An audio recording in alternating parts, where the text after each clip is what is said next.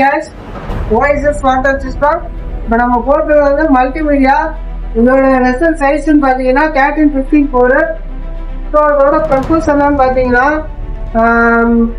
Iron வந்து remove பண்ணுறது, suppose உங்களுக்கு தண்ணியில் ஸ்மெல் வருது, இந்த மாதிரி இதெல்லாம் உங்களுக்கு வந்து இந்த வெசல் வந்து மல்டிமீடியா போட்டு உங்களுக்கு சாஃப்ட் பண்ணி கொடுத்துரும்.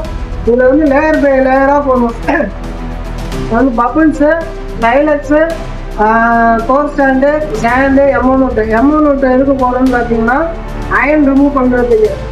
அயன் வந்து மேக்ஸிமம் இந்த எம்ஓ நோட்டு வந்து ரிமூவ் பண்ணி நம்ம கேர் பாக்ஸ் வந்து உங்களுக்கு நல்லா ஃபில்டர் ஆகி ஒரு நல்ல ஒரு புக் வாட்டராக இருக்கும்.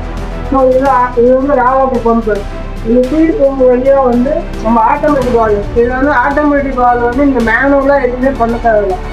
அது அட்லீஸ்ட் வந்து டைம் செட் பண்ணிட்டா போதும். ஒரு 20-24 ஹவர்ஸ் வீக்லி 10 டேஸு ஒரு வாட்டி பேக் வாஷ் ஆகுறதுன்னு நம்ம செட் பண்ணிட்டோம்னா ஒரு ஆட்டோமேட்டிக்காக பேக் வாஷ் ஆகிடும். இது மேக்ஸிமம் எதுவுமே மேனுவலாக ஆப்ரேட் பண்ண தேவையில்லை.